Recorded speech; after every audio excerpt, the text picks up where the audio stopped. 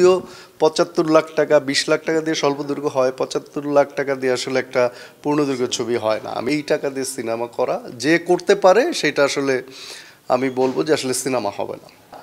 সরকারি অনুদান নিয়ে হ্যাঁ আমি দেখেছি সরকারি অনুদান নিয়ে যে কথাগুলো হয়েছে, কথা হওয়া ভালো যে আমরা সবসময় সরকারি অনুদান নিয়ে আমরা কথা বলি, কিন্তু আমার মনে হয় কিছু জায়গায় একটু ভুল আছে। যে যেমন রীতিকে দেওয়া হয়েছে, বলা হয়েছে রীতি আসলে মূল ইতে ছিল না, ও একটা অন্য কমিটিতে ছিল। আরেকজনকে বলা হয়েছে উনি হচ্ছেন মানে মিডিয়ার একটা কমিটিতে আছে, কাজে তাকে দেওয়া যাবে না, বিষয়টি এরকম না। যদি একেবারে এরকম হয় যেই কমিটিতে যেই কমিটিসে মনে করেন কি বলে বড় সিনেমা যেগুলা, সেই কমিটির কেউ কি পেয়েছে কিনা, সেটা যদি পায় সেটা খারাপ, যদি সেটা হয় সেটা অবশ্যই খারাপ, কিন্তু আমার মনে হয় না যে এরকম কেউ পেয়েছে। কিন্তু হ্যাঁ, একটা হচ্ছে স্বল্প দৈর্ঘ্য চলচ্চিত্রের একজন হয়তো পেয়েছে, কিন্তু স্বল্প দৈর্ঘ্যের চলচ্চিত্রের এরা তো আসলে পূর্ণ দৈর্ঘ্যের সাথে কানেকশন এদের থাকার কথা না। বাট আমার কাছে স্টিল মনে হয় যে যারা এটার সাথে ছিল, তথ্য মন্ত্রণালয়ের সাথে ছিল, সেগুলো আসলে অ্যাভয়েড করতে পারলে ভালো হতো।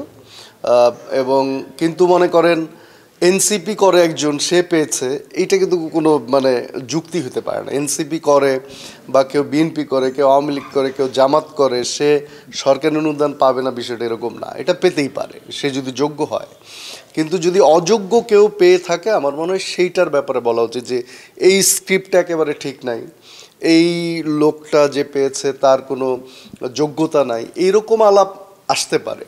কিন্তু অমুক কমিটির মেম্বার তমুক কমিটির মেম্বার, এগুলো আমার কাছে খুব বেশি মানে প্রয়োজন মনে হয় নাই। কিন্তু মূল ব্যাপারটা হচ্ছে যে যোগ্য কিনা, একটা মানুষ যারা পেয়েছে এরা প্রত্যেকে যোগ্য কিনা, সেই জায়গাটা আসলে যদি পরিষ্কার করা যায় সেটা ঠিক আছে। আমার মনে হয় যারা আমি আসলে অনেককে চিনি যারা এইখানে এবার অনুদান পেয়েছে, এবং সবাই কিন্তু ডেডিকেটেড মানুষ, এবং তারা সিনেমাটা বানাবে আশা করি, এবং মুক্তিও দেবে আশা করি। এখন যারা ফেইল করবে তাদের বিরুদ্ধে আসলে গত মানে অনেক বছর ধরে যেটা হয় কি যে অনেক চলচ্চিত্র গভর্নমেন্ট অনুদানে চলচ্চিত্র আর হয় না, এগুলোর বিরুদ্ধে কোনো অ্যাকশন নেয়নি এখন পর্যন্ত। তা আমি আশা করি এখন এইবার যারা পেয়েছে এরা যদি না করে এদের বিরুদ্ধে অ্যাকশন নেওয়া হোক, তাহলে হয়তো নেক্সট থেকে কেউ আর আমাকে অনুদান চাইলাম দিয়ে দিল, আমি করতে পারলাম না, সরকার টাকা নষ্ট করলাম, সেই ক্ষেত্রে আমার মনে হয় যে এটা একটা পানিশমেন্ট হওয়ার উচিত।